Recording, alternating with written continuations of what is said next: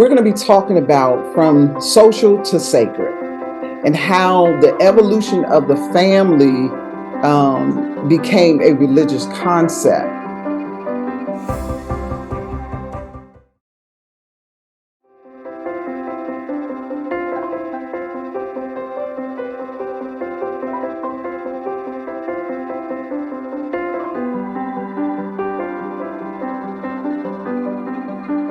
The family basically in society is another one of the social constructs that we deal with often. We know that religion is a social construct. We went through that.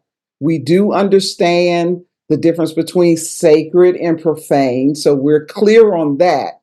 But what we may not understand is that the family has been taken over by religion. And because it has been taken over by religion, its original purpose for the structure has been changed. And because it has changed, how we interact with our families have changed. We got different tools that we have to use because deconstructing from religion is one thing, but deconstructing from the religious family is a whole nother ball game. And so, as you all know, and I'm sure there's plenty of you or those of you that are part of this who are in religious families. I came from a super religious family. My family is so religious that every person in my family is in ministry in some way or another. And if they're not in ministry, then they are musicians. So those are the dynamics that you really deal with in ministry is leadership and musicians. So when you when you're dealing with that, you're dealing and your whole family is made up of church leadership. The dynamic kind of shifts a little bit. So what we're going to try to share with you is how the family, number one, became so religious that it's lost its way even to the point where your deconstruction process has now become entangled with your family relationship. So we have husband and wives who are struggling to interact because of religion. We have parents and children struggling to interact because of religion. And then we have the general extension of the family, where if you are deconstructing from religion, family automatically assumes you're deconstructing from them. That is not always the case.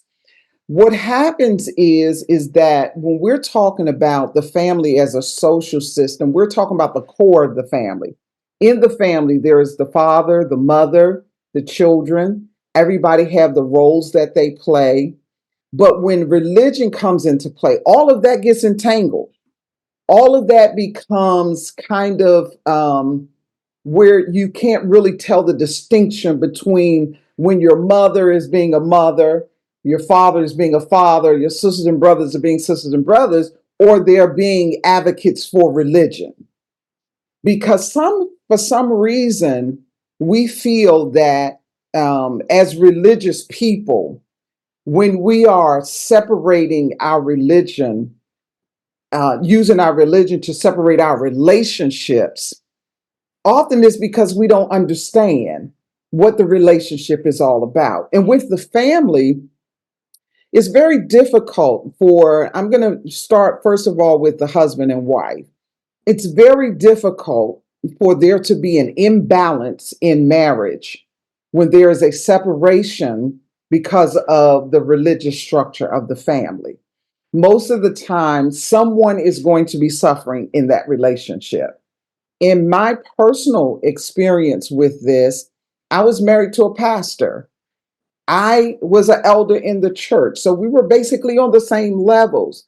However, my deconstruction process and how I dealt with how it interfered with the religious dynamic of my family ripped my family apart. And my husband chose the church and I chose deconstruction. For me, that wasn't difficult. The reason it wasn't difficult because you cannot force people to agree with your choices, but you have to make the best choice for yourself. Now, that is not everybody's outcome because there are dynamics that can be put into place to preserve the marriage, to preserve the parental position in the family. And so, when we're talking about the family is basically a social system. The family was designed to train up citizens for society. And that means that we teach morals, we teach values, we teach how to interact, we teach children where they came from. We give them a foundation on which they can build an identity. But when the family is religious, and also on top of that, we're also trying to train them how to be working, contributing members of society. We teach them how to get a job. We teach them how to handle their finances. We teach them how to be responsible for themselves. And then for the social family, when that child has come of age, they get to leave. They get to leave the family. And in the process of leaving the family, they get to become full-fledged adults who are able to make decisions for themselves. We train them to be independent, right? We train them to make decisions for themselves. We teach them that, listen, you're an adult now. You have to start making some decisions for yourself. You, you have to pay your own bills, right? You got to find your own spouse. And if you're married, you're going to have to raise your own children. We don't take those responsibilities. We're very confident after we have trained our children. We say, listen, that's an accomplishment to train children how to leave the family and to go out and to be adults who are responsible. But something happens when that family is religious. For some reason, the family still feels that they have control of you. They still feel that they have a say in your life. They still feel that they are responsible for your soul. This goes beyond the social responsibility of the family, where the family feels responsible for you to raise you and develop you as an adult, but not in a religious family. In a religious family, you are bound to them until death do you part, literally, because the religious family feels that they have a responsibility to keep the core of your identity intact. And when you move away from that, when you become something other than what that family expects of you, it causes dissension and division. It causes you to struggle in your relationship. It's very difficult to listen to a mother when you need a mother and your mama is being religious. It's hard to talk to your spouse if you can't talk about marriage, things that are very intricate to your marriage. You can't talk about finances. You can't talk about love relationships. You can't talk about handling the children or even how to buy a bag of groceries without religion coming into the dynamic. This is a problem because the sacred canopy that we talked about, it extends to the family. And what that means is that the structure of the family is this. In the family system, a family is considered to be a husband and wife, if you have children and your children. That is the immediate family. Then the extension is grandmother, grandfather, aunts, uncles, and whatever. But in society, that has changed because it's not just a man and woman anymore, right? You have same gender families, you have mixed interracial families. And so the dynamic is changing to the point the family doesn't even look the same. But when the family is baptized in religion, it doesn't matter which structure you use, there is going to be some contention. Why is there contention? Because the homeostasis of the family is the nucleus of society. When the family is break down, society breaks down. I'm sure all of us have heard that before, right? The divorce rate and the changing dynamic of the family is so high in society that politics is now trying to govern the family. And they're trying to govern it through politics, they're trying to govern it through religion by saying women should not be able to have control of their own bodies because of religious doctrines. They're saying that children should not be able to make decisions about their gender because they are not, as long as they're not doing it under God. And we all have our dynamics of how we see morality, values, all of these things. But the religious family tends to invade the privacy of the individual. It invades the choices of the individual. So if you have a child, I have two adult children, I have a son and a daughter. If my daughter is grown and she leaves my house, right? And she decides that she no longer wants to follow the religion that I taught her, do I have the right to tell her as a grown adult that she cannot make that decision? Do you see what I'm saying? But our families take these positions. And not only do they take these positions, but when you think you have left the constructs of religion, you realize that the foundation of your trauma from religion is coming from your family. Because you walk away from any institution that is not family all the time. We walk away from jobs, right? We walk away from certain situations that we have found ourselves to be in, groups, um, places like even systems like this, where we come into seminars and things like that, and we say, you know what? I don't have to be a part of this if I don't want to be, right? And so what happens is when we do that, we make it very difficult for ourselves when it comes to the family to actually participate in family gatherings. Think about it. Even the holidays are religious. Every holiday that you spend with your family, it's religious. It's either hol- Christmas, Thanksgiving, right? These holidays are two of the biggest holidays of the year, and they are controlled by the family dynamic. You can't even miss a family Thanksgiving dinner or a Christmas dinner.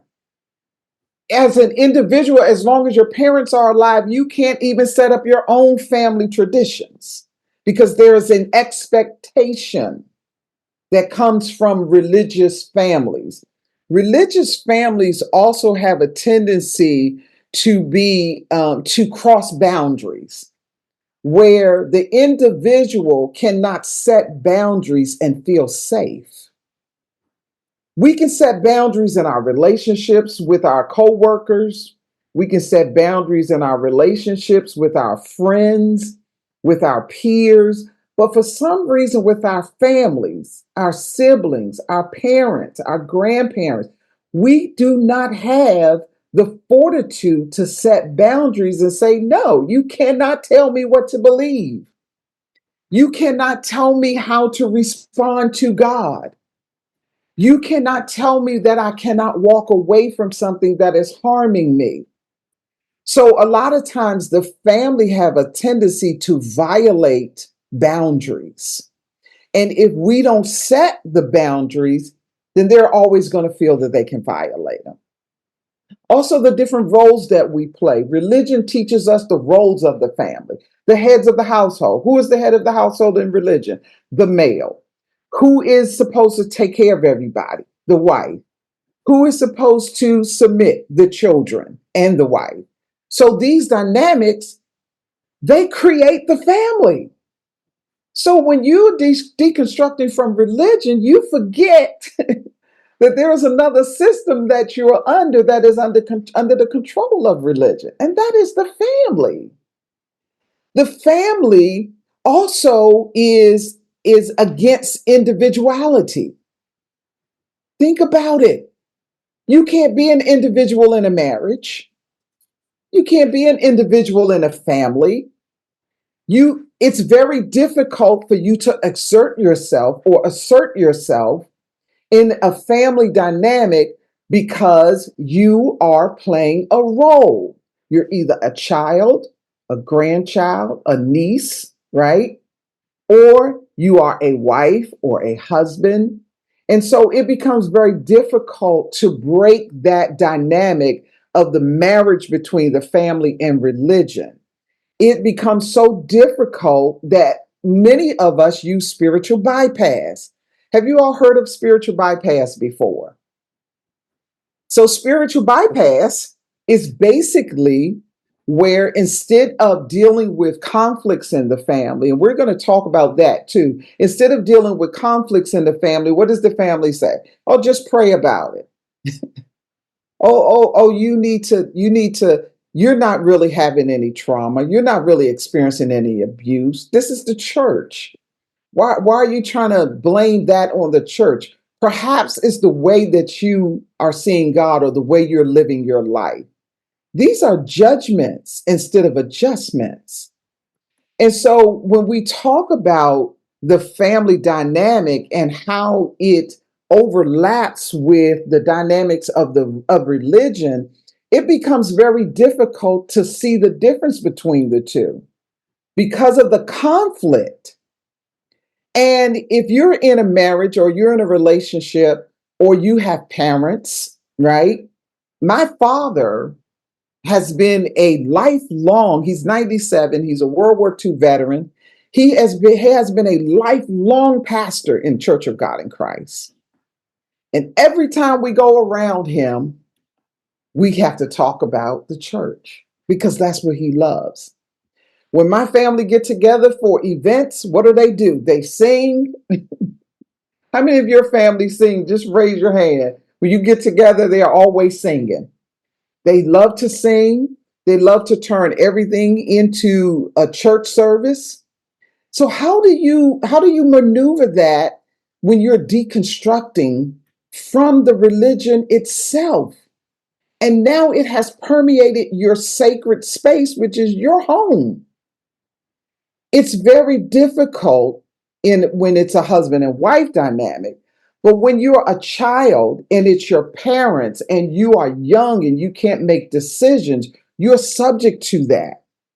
So how do we handle the conflicts in relationships that are based off of religious um, judgments, religious conflict, religious ideology? The way to do that is through dialogue. It's difficult to dialogue if nobody wants to talk. It's difficult to dialogue when religion is the main thing, the main glue that keeps the family together. When you remove religion, it tells you what the family's really made out of. And if you have been all of your life, you grew up in this. And then those of us who have not grew up in religion, because there's a lot of people who were never um, they never grew up in a religious family or a religious system as they became involved in it as adults. But this is one thing that I want to share.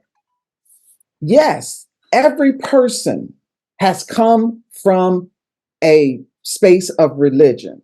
The entire value system, our morals, what we consider good and bad, what we consider sacred and profane, it's all based on religion. So whether or not you were in a religious system or not, you were under religious thought systems, religious morals and values. Those all came from the religious system, which is a social construct in society. So hopefully that shows you how religion permeates every area of our life. And so, how do we look at this spiritual bypass as a failure to healing because we have learned to just submit to struggles. We don't really, do you know that when I started to deconstruct, the first thing that I did was I sought professional therapy because the structure of my family was so powerful, I couldn't even fight against it. I didn't even have the words to share or to say. I didn't know how to express my own deconstruction, much less to try to combat what they were saying about my deconstruction. You walked away from God. uh, you're not saved anymore. You're not a part of the family. You're not protected by God. All of these things that come into play. And then if something goes wrong in your life, the reason that thing went wrong is because you walked away. It's every kind of judgment that you can, it's not even the judgment that you're carrying in your own mind, but now the judgment from the church, and then you can't even come home and rest because the judgment is now coming from the most private space in your life, which is the family. This plays against what we say the family is built off of love. Because as soon as you throw the wrench in, the love goes out the window. Because the first thing they will say to you is, I love you because of the love of the Lord. And when you walk away from God, you're walking away from me. I don't know if any of you all have heard that before, but I've heard that. I was told that if you walk away from the church, you're walking away from our marriage. Well, I didn't know I was married to the church. I didn't know that when I walked down the aisle, that I had a whole church or a whole religious system that I was marrying. But that is the frame. That is the mentality. That is what has been set up for us to deal with. That is what has been set up for us to interact with. And we are very, very unskilled at how to maneuver that dynamic because we feel that we're going to lose something if we assert our boundaries, if we assert our autonomy, especially if we're married. It becomes very, very difficult. But there has to be a decision somewhere when it comes to the family, because the family will always tell you God will take care of it. God will handle it. God will deal with it. Turn it over to God. If you're feeling like you want to walk away from these doctrines and these things are harming you, it's because you don't trust God enough. You don't trust that God can handle this. Well, the voice and the system that is causing the trauma and the abuse is saying that it is doing it based from God's authority. So how is it that you can go from trusting God to trusting that God is going to protect your relationship and your family? So this is a very strange dynamic because it's very difficult to separate a religious family from a your deconstruction process from religion. There is some families have systems that are set up. Like in my family, we talk about everything. I get to discuss with them my differences, things that I don't agree with, or things that I don't want them to bring into my space. I can set boundaries. I can say, listen, this is a boundary for me. You cannot cross this boundary. It does not matter if you feel that God is telling you to do it, because they will tell you, God told me to tell you this. And that empowers them to speak, right? Well, they will tell you that this is a mandate. You're disobeying the word of God. Well, how am I disobeying the word of God if what you are presenting to me as the word of God is causing trauma and abuse in my life? Even the very scriptures that we use says that Jesus came to bring a sword. in the family. Y'all remember that scripture? He said, I came to bring a sword between husband and wife, between mother and father, between sister and brother. That is what's happening. That's what's happening because religion will destroy everything that it touches. And I am here to share with you that it's important that you find out how you can work through this family, this religious family, so that you can survive your deconstruction process. I talked to someone this week who had built an entire community off of deconstructing. They did everything. And as soon as something happened in their life that they couldn't handle, they gave it all up. Very, very famous person had built an entire system around spirituality, expanded consciousness, and they got sick. And the family convinced them that the reason this happened to you is because you need to trust God. Now, the person walked away from everything, all of the people that they were overseeing, all of the people that were following them. They were doing retreats, they were doing seminars, they were talking to people about expanding their consciousness. But as soon as something happened to them, as soon as they felt that they could not handle it, their family pounced on that weakness. And the person turned everything away. They walked away from it. And now what they have done is they have transitioned that program that they built. They've been on television. They have been in high circles, had been some of the main people that were in the expanded consciousness arena, and they could not stand the trauma and the abuse when they were in it. But as soon as they started to get sick and weak, that is when the family pounced and said, listen, why don't you come back to God? Why don't you come back to church? And they are now preaching that gospel that, listen, I walked away and now I'm going back. And so I've been talking to people and saying, why is it that you leave a system that you are quite clear is causing trauma and abuse in your life or causing some conflict in your life? But as soon as you get weak and sick and cannot stand, or you feel like you are losing it, you go right back to religion. You know why? Because religion has been therapy for many of us for generations. We will not even go to a therapist. We will go to the pastor and receive counseling. This is spiritual bypass. And this is how come the family has become so powerful against the individual, because the family is so used to using this skill that now when you separate from it, you automatically lose that skill.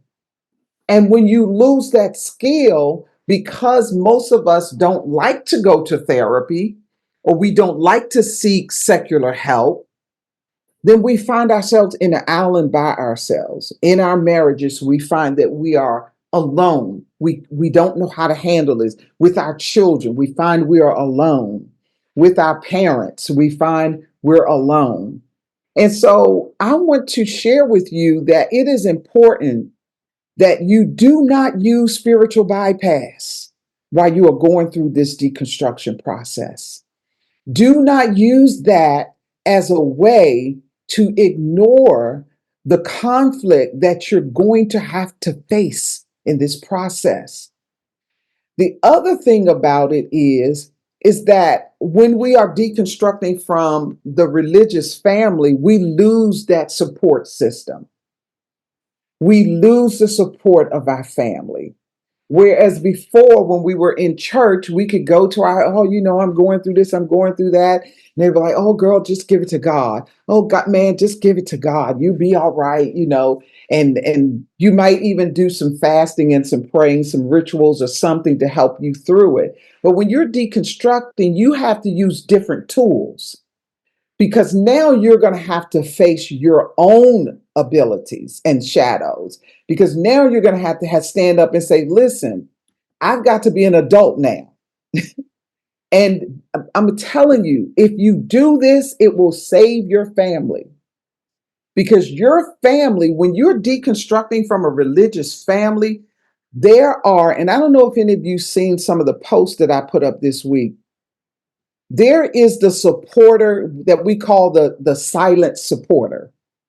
And I don't know if how many of you have silent supporters in your family who, when you're going through, I have a baby sister that I don't care what I'm going through, I can talk to her about anything. She will never use religion to share and to give me advice. She will never use that because she knows that that's a boundary she cannot cross. As close as we are, that's a boundary. And I've said it. And I said, listen, you can't use that. And so if we're going to talk and have a relationship, you cannot use that. And if I'm talking to you, you have set boundaries on what you want to hear from me. And then we have to live within those boundaries and honor them. And I guarantee you, you will have so much respect from your family. And most of us, this is the other thing that I wanted to bring out, is that when you start to deconstruct from your religious family, what you'll find out is religion was covering up the conflicts that were already there. If there is situations in your family that are exposing themselves when you start to deconstruct, believe me, it was not the deconstruction that caused it. It's because they were ignored the entire time. The conflicts, that not being able to get along, not being able to talk, not being able to share things that are bothering you, those were probably there already. So deconstruction only highlighted it. It only elevated it. Why did it do that? So you can deal with it, so that you can become stronger as an individual, and so that you can be able to help them when they start deconstructing. Because I'm telling you, this is not the end. There's going to be millions. We're at least 33% of religious adherents who have walked away and are deconstructing. You are going to become a pioneer. You are going to become a person who your family is going to need when this process really starts to take place, because this religious system is falling. It is not strong anymore. And when you're deconstructing from the outside, but the inside is falling apart too, because families are being destroyed by it. And when this happens, I want you guys to have tools to be strong, to be able to talk to other people, because this is one thing I think we need to understand.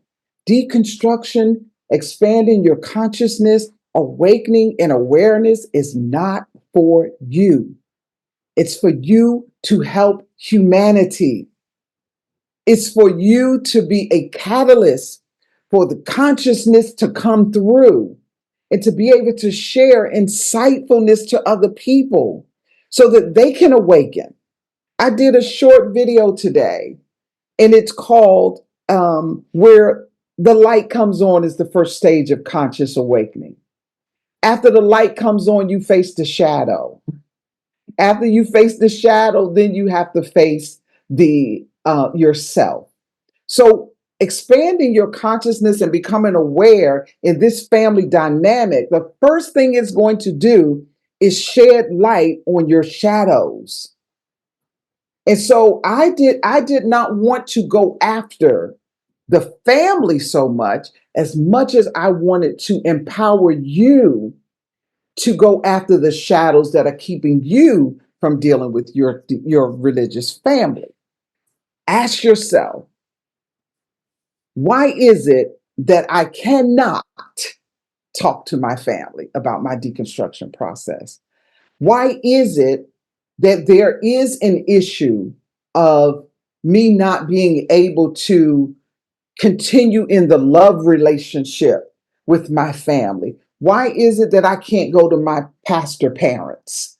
Many of us have parents that are pastors and leaders, and we're going to talk about that with Kat in a few months. We're going to talk about PK kids that are deconstructing. Those are preachers' kids that are deconstructing. That's a whole nother dynamic. It still falls under this family dynamic, but it's a whole nother dynamic that we have to face when we're talking about religious deconstruction.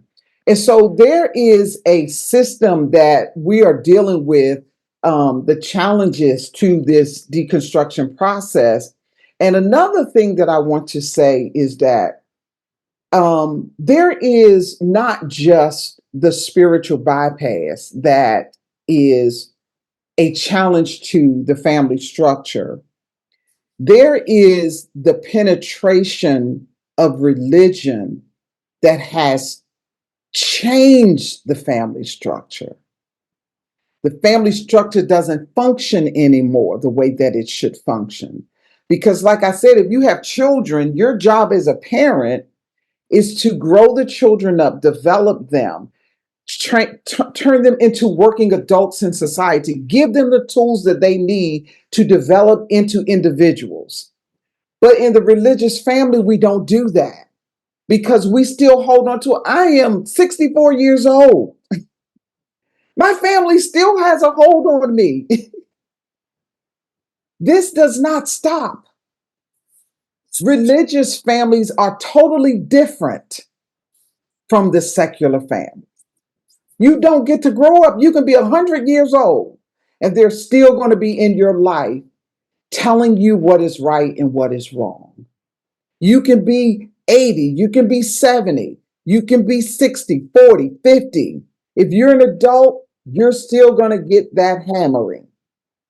How do you handle that? Why is it that we accept it? Number one, we should ask ourselves, why do we accept it? Because now we're moving from trauma and abuse of the church to trauma and abuse of the family. Now we're accepting our family's trauma and abuse. Why is it that we are so susceptible to trauma and abuse? Why is it that we are always putting ourselves in situations where we cannot fight the system that we've attached ourselves to? Is it because the system itself keeps you attached? It does. It causes, you need the system. Everything that it does for you, it creates a need. The church creates a need. What does the church say? You're a sinner. You need to be saved. You can't do this by yourself. You need help. You need leadership. You need authority. You need oversight. You need community. It's constantly what you need, as opposed to becoming mature adults and saying, listen, I can make this decision. I am deconstructing. I don't believe this anymore, or I'm not walking, or I'm not accepting this anymore because this has caused this particular thing in my life. I need to know where you stand on that. How does that affect our relationship or our ability to relate to one another? How is this going to structure our relationship? Are we still going to be a family now? And then if we are, then how do you see that family? How do you see us now? Because if I deconstruct from the very thing that caused us to come together, right? How do you now see that? Do you not know that family members want to be a part of the conversation? The reason that they are, the reason that they are, what I guess I want to use a word like a cat. They're scratching because every time you go around and somebody's throwing out some little sly remark, or somebody is producing something that causes you to have to submit to the religious doctrine or teaching or practice or ritual. How many times do you go around your family and they always want to pray and speak in tongues, and or they always want to sing your song, or they always, somebody wants to testify, or somebody wants to preach, or somebody wants to save you. This is the religious family. This is nothing but an extension from the religious church institution. And I am here because I'm going to get the family back. And the way I'm going to do it is this: I am creating the ability for us to dialogue across generations. We need to be able to talk to our grandparents. We need to be able to talk to our mothers. We need to be able to talk to our children. We need to be able to talk to our nieces and nephews. We need to show strength in this space. And if we don't show strength, then the family or that religious portion of the family is going to continue to pick at the weaknesses that we show. Because every time we go into the family system, the family unit, and we participate in the practice, it empowers them to come at you more. It empowers them to say, listen, okay, you gave in last time. I'm sure you're going to give in this time. you you prayed with us last time, or you fasted with us, or whatever. And listen, none of that is wrong. None of that is bad. It's only wrong and bad when you're being forced to do it, when you're being coerced to do it. So let's think about some things. The family often lacks tools for religious deconstruction. How many of you work a job where you have to take um, courses that teach you diversity inclusion? It teaches you how to work in a diverse environment. It teaches you how to respect diversity, to respect differences in gender, to respect differences in religious ideas, right? It teaches you how to not offend people by using racism or racist remarks. The world or the your job is a model for deconstructing religious families. How does that model look? Your family should become a place of inclusion, diversity. It should not be a place where you have to go and conform. If you don't do that on your job, why would you do that in your family? How about we take some of the skills that we have to apply on our job and apply to our family? How many of us have same gender loving people in our family? How many of us have interracial people in our family? How many of us have people of different religions in our family? That is the same dynamic that's reflected on your job. But every day you go to work and you can function. You can function with diversity of religions. You can function with diversity of genders and sexuality. You can function with diversity of color and race, politics. Why can't we take those same skills and apply them to our religious family? I tell my family all the time, you guys have got to open up. The generation that is coming after you is not going to believe what you believe. You're going to lose your children if you don't open up. They're going to bring in people from other races, people who have different belief systems. And if you don't open up, you're going to destroy your relationship with your children. Do you understand? Y'all getting this? This is so, to me, it is so powerful that I am convinced that if we take some of these practices from our job and apply them to our families, and I'm going to share just before I close how we can actually employ a intergenerational dialogue safe space system. That means that there is a model that you can use. It's called the intergenerational intergenerational safe space model. What that model does is it allows you to learn how to create a space for your family to dialogue. And in this space, there's an agreement that people need to make in this safe space. And that is that In this safe space, we don't get to judge people's religious choices. In this safe space, we don't get to judge people's gender. In this safe space, we don't get to judge people's politics. We don't get to judge people's religious choices. We don't get to judge. What we're doing in this space is we're creating a space for dialogue so that I can hear what you're thinking and you can hear what I'm thinking, and this space is safe. This is a safe space. And that means that we are going to abide by certain rules in this space. And in this space, it's not a space where you cannot say what you feel and believe, but you cannot use this space to harm other people. You cannot use this space to judge other people. You cannot use this space to try to convert people. This model works. And I'm sharing with y'all at the end of this seminar, I'm going to send every one of you this workbook. I'm going to send you the workbook. I'm going to also send you the book, Dialogue Across Generations, because I believe that this model is going to be very important for deconstructing religious families. Most of us don't even understand our children's language. We don't even know what they're talking about today. We can't even understand when they can come home from school and try to talk to us about what happened at school.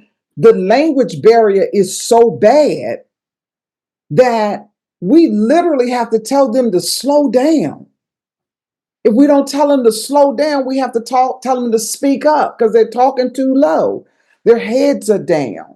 And so this dialogue across generations is about gender and religion. This safe space is going to teach us, because we don't, even though we're deconstructing from religion, we also have some other spaces that we need to deconstruct from. And it doesn't mean acceptance. It doesn't mean that you're just going to tolerate other people. That's not what it means. What it means is, for some reason, dialogue has lost its way in the family. We don't talk anymore.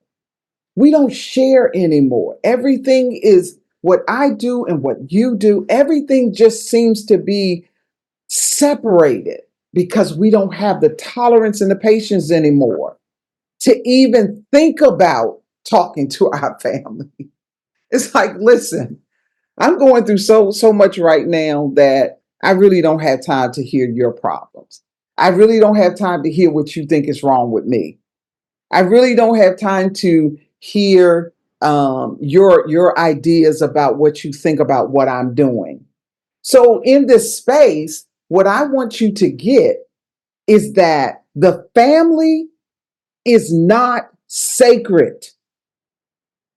It should not be treated as such. It is not sacred. The church has stolen the family. Hey, God, the church has stolen the family from us. The family is not sacred. It is not. And you should be able to go against anything in it that is causing you trauma and abuse. Anything in the family system that is causing you not to be authentically who you are. We have made family sacred. Divorce is considered profane. Going against the family unit, not going to a Thanksgiving dinner or a Christmas dinner has become profane. Not being able to go to a family birthday has become profane because we have made the family sacred. It is not. It is not the family. And I need you to hear that, because a lot thinking that the family is ordained by God. It is not. The family is a social structure that was set up by society. It is an agency that is used to socialize the members of society. And your purpose is to develop the human beings that you bring into the family and prepare them to be working members and contributors of society. But the church has taken it over, and we're under the bondage of that. We're under the bondage of marriage. Marriage is not ordained of God. Even the very scriptures that we use says that in heaven there is no marriage or even given in it. We have made the marriage so sacred that we fight against every type of marriage. And I'm talking about the heterosexual marriage that we have made sacred, that we can't see any other marriage, any other working system or relationship, because the marriage has been raised up to this sacred space. And now it determines whether or not we're going to make certain decisions in our life. It's no different than the church, right? The church tells you you cannot divorce. If your husband is beating the hell out of you, you better stay in there and stay on your knees and pray, right? If your wife is mistreating you and she's not feeding you and clothing you and making sure you're okay, then you need, what's the scripture that they use? The sanctified man sanctify the wife, right? Isn't that what they tell us? Because they have made the marriage sacred. It is not sacred. It was never meant to be sacred. It is a system, a unit that is used to help families build family. It teaches you how to be in relationships. It teaches you how to be in community. It teaches you how to develop and how to understand individuality, different people, different dynamics of personalities. The family teaches you this.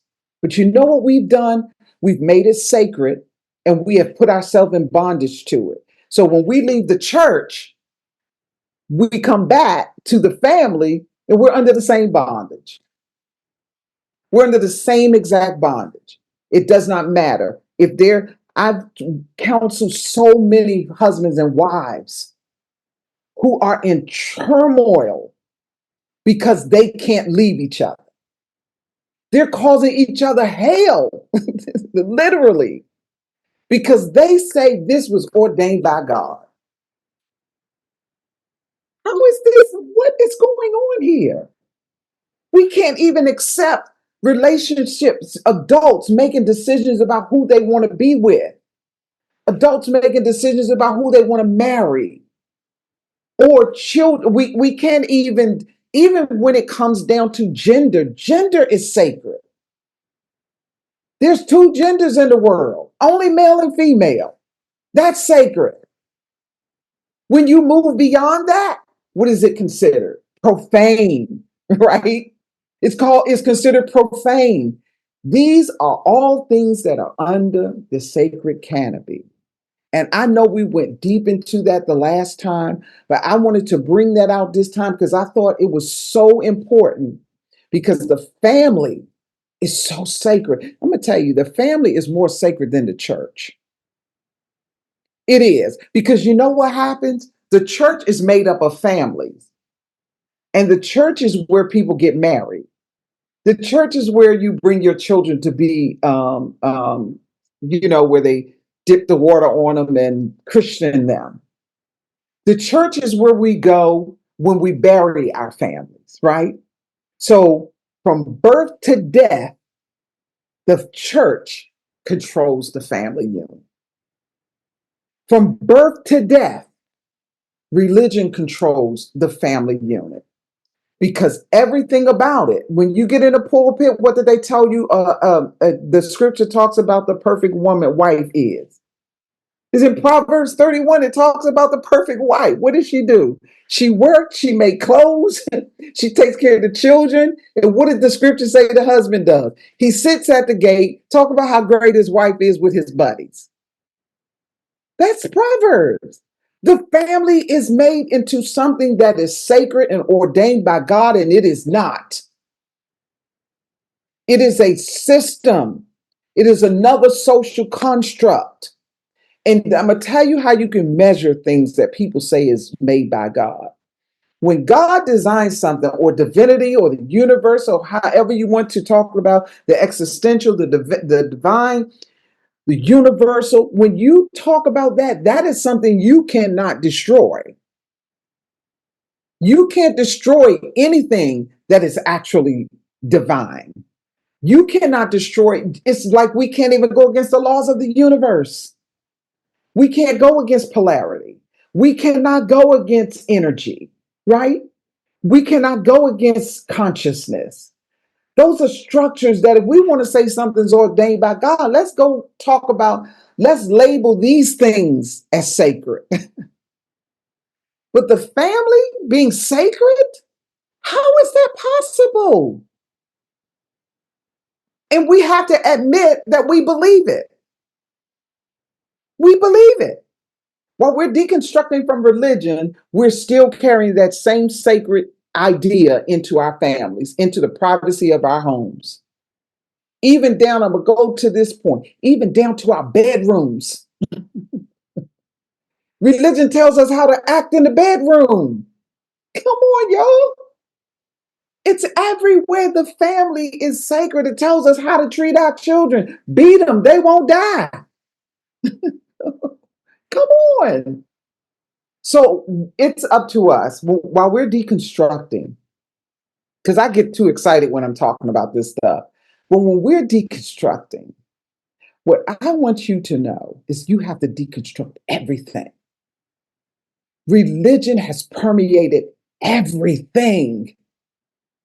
There is nothing it has not permeated. If you can tell me something religion hasn't permeated, that it is not teaching you what's right and wrong, that system does not tell you what is moral, what is immoral, what is sacred and profane, what is valued and what is not valued, that is all coming from religion. You have not made one moral decision in your life that has not had a religious influence. And why is that? Because we don't know. And that's the whole point of the structure. The social structure is not meant for you to know. It's meant for you to follow. It's meant for you to obey. It's meant for you to agree to have a social contract with. So the family is not sacred. We have to stop treating it as such. We have to tell ourselves, listen, when I sit down with my family and I dialogue with them about gender and religion, I am not going to look at the family as something sacred. We need to, like I said, we need to open up the family. We need to take the family to diversity and inclusion training because the family doesn't know how to be diverse. The family doesn't know how to be inclusive. The family doesn't know how to not be racist. The family doesn't even know how to not be judgmental. It's extremely judgmental. It's like a little church. In the very minute that we go against religion, that's why the family falls.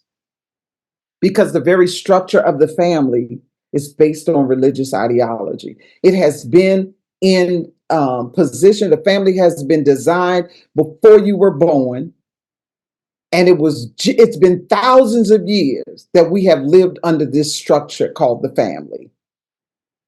And until we're changing, I love the fact that we're changing. I love the fact that it's being stretched, the strain of it. I love the fact that there's diversity in the family. I love the fact that we can talk about gender. I love the fact that there's interracial marriages in the family. I love that there is dialogue, like you can listen to your grandchildren. They're wise. You can listen to your grandma because grandma's wise.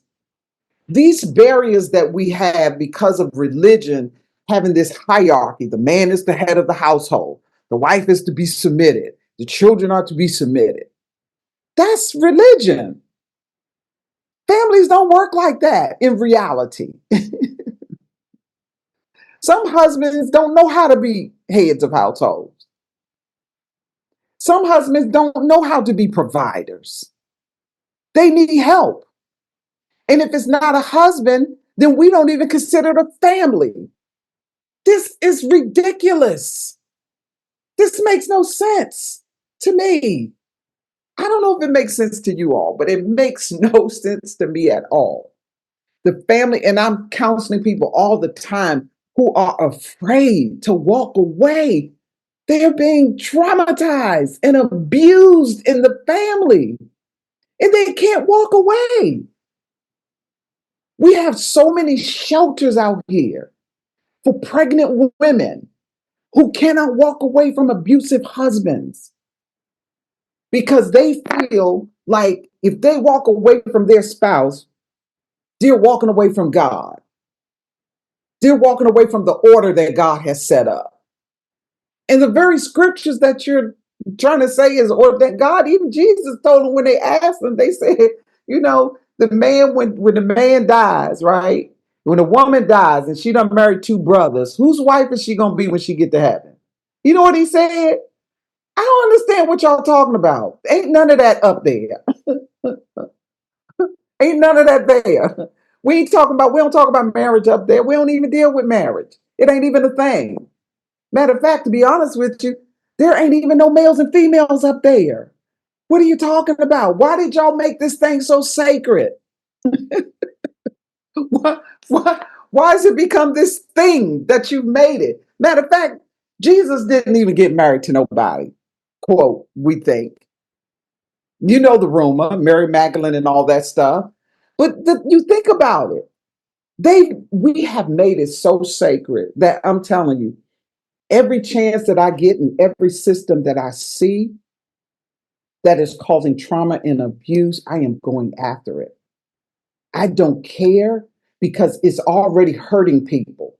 So to go after it, it doesn't mean anything to go after it and not realize that it's going to cause pain.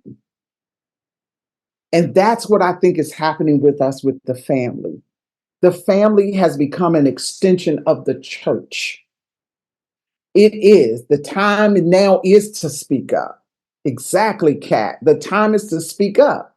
It's time for us to, and I was telling them before you came on that what we don't understand is our awakening is not for us, it's for humanity. Humanity is under the strain and stress of this religious canopy.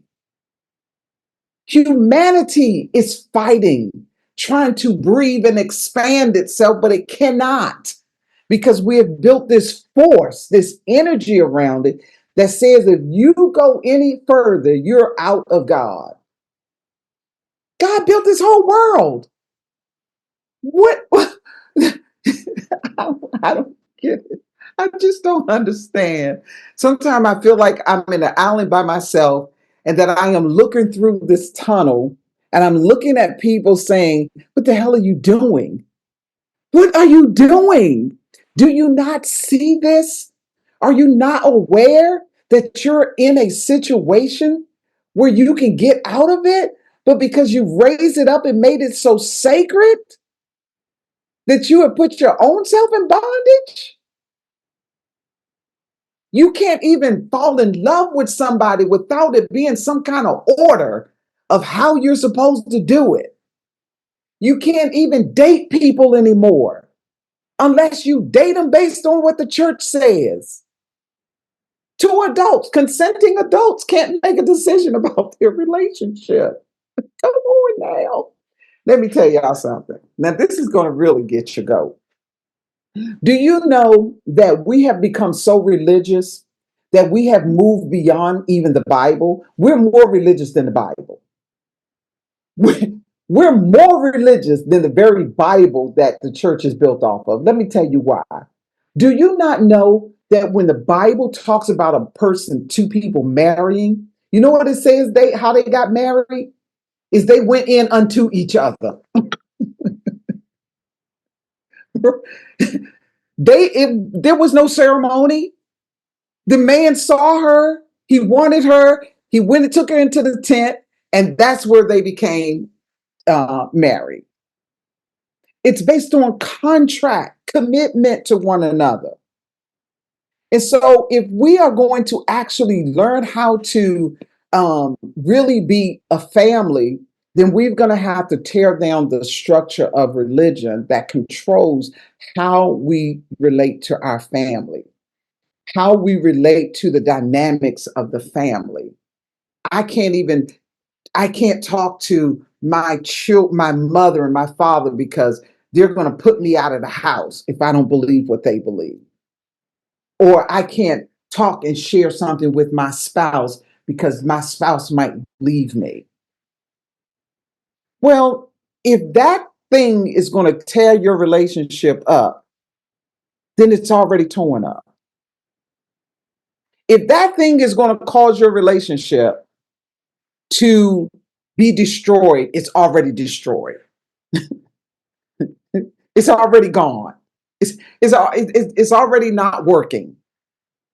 This is just something that is in use until you realize that you have raised this thing up so high until you can't even get out of it yourself.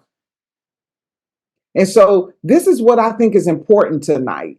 And I wanted to make sure that in this process of trying to deconstruct from religion, you're going to have to deconstruct from that sacred family that you got. That's not telling you to leave anybody. That's not saying destroy what you have. That is saying don't make it sacred that you can't make a decision about it. Don't make it so sacred that your family can say anything to you and you not set boundaries. Don't make it so sacred that you're stuck into thinking that marriage is only for this particular type of people. Don't make it so sacred that you can't even accept interracial marriages, that you can't even accept diversities of religious beliefs in your family. Don't make it that sacred. It's not. I promise you, you are not going to die and go to hell if you set boundaries with your family. I don't care who it is, if it's your husband, if it's your children, if it's your grandmama, if it's your mama, if it's your aunt, your uncle, your sister, your brother, none of this dynamic is sacred. And it is important that we understand that. And so, like I was saying, I am looking for everybody to learn to be completely authentic. Tap into the core of your being and work from there. Work from that space of authenticity in every situation. It doesn't matter what the situation is. If it's family, if it's church, if it's your job, if it's your relationship, if it's your social group, it does not matter. Be authentic. And authentic means that everything that you have raised to be more sacred than you, that's the problem. Do you not know you are the most sacred being on this planet? You are what's sacred. Everything else is not. Everything else is choice. Everything else is about whether or not it's working to help you become. Everything else is about whether or not this family system that we have made so sacred, how is it affecting you? You are the barometer, not the family, not the institution. That is not the barometer for you. As a person that is conscious, that is awakening, right? You are the barometer. Your core center of authenticity should govern every decision you make. Every decision. If you fall in love with somebody, make sure that it's coming from your core, what you want to get out of that relationship. Make sure that it's benefiting you. If you're in a relationship that needs to be you need to come out of it. Don't stay in it. You don't have to. It's not sacred. I'm telling you right now. The church is not sacred. The family is not sacred. None of these institutions are sacred. You are what's sacred. The sacred canopy that Peter Berger, the sociologist, talked about that is covering the world is causing stagnation in the world. We can't even expand our consciousness because we're so bogged down by everything that we have made sacred, and we can't cross the boundaries of it. So what I'm sharing with you is it's so important. Hey, LaDonna, what's going on, girl? It's so good to see you. So yes, this is very important. We do. Someone said in the comments, we die in order to live. This deconstruction that is happening to us is so that we can blossom and come forth, so that our authentic self can come forth. When we start to come forth, everything else, society will change. Humanity will start to change. The reason things are so hard for us is because we've created bondages and put ourselves in them, right? We have the ability to tear it all down. These structures have to come down. And to be honest with you, if you decide you don't want to do anything about it, I'm sure every one of us heard of polarity, right? We've all heard that there's cause and effect. We've all heard that there is a spectrum for everything, that energy never dies. Nothing is separate. There is no good and bad. There's only spectrums of it, right? And because of that, we find ourselves at one end or the other rather than the balance. And so the balance is this. When you go home tonight, I want you to look at your family structure differently. I want you to try your best to remove the religion from it. Try your best to not see it as sacred. Try your best to not see it as ordained by God. And try your best to see clearly what is going on in your relationships. Do not allow what you have built up as a sacred canopy to block you from growing and stretching and becoming awake and conscious. Because in that, what's going to happen, like I was sharing with you all, the stages to consciousness is light, where the light comes on and you get to see, and then there's shadow. When the light comes on, what do you see? You see that room that has been locked and you got so much stuff in there. Every time you move, there's a box you put in there that you don't open. So when you're awakening, it causes you to see light. You can see better. It doesn't mean that you're supposed to get caught in the light. No, you're supposed to deal with the shadow that is exposing. And in families, when you're deconstructing, it's going to shed light on the dark spaces in your families.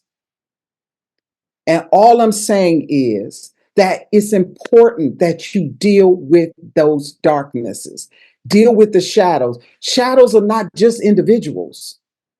Institutions have shadows. One of my favorite Jungian psychotherapists, his name is Paul Ellis or Tom Hollis. And one of the things he says is that we often don't realize that we have the ability to actually be the catalyst for our own potential. And so when we learn to take care of our shadows, we're opening ourselves up for more abundance. We're opening ourselves up so that we can receive more from the universe, not less. If you this is so true. And I'm going to say this.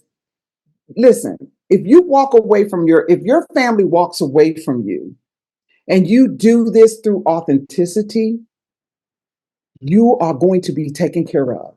The universe is on your side. And if you speak that is something you want, it will come to you. If you want a relationship that is positive, a relationship that matches your energy, because now we're talking about energy, When you're in relationships and your energies don't match because you're deconstructing and someone isn't, or because you don't want to be religious and someone does, that's a difference in energy. You're always going to be in conflict, even if it's a child that you have in a household. We don't respect children's voices anymore because we've made the family structure so sacred. I'm after everything that's sacred, people. I'm just after it because it's harming you. It's harming us. It's causing us to not experience the abundance that we can experience when we're stretching our consciousness, we're stretching our awareness. The universe wants us to know more about ourselves, to know more. Humanity has not even developed into what it can be because we build these structures and we stick to them. We make them gods. And so tonight, it is so important, and I'm going to give everybody a chance. We only going to take a few more minutes because I know this debate is probably doing what it's doing. But I want to give everybody a chance to just say something in reference to what we've talked about tonight, and to share something that you think we need to hear that can kind of support this system, that can kind of support people who are deconstructing from their religious families. And so I'm going to open up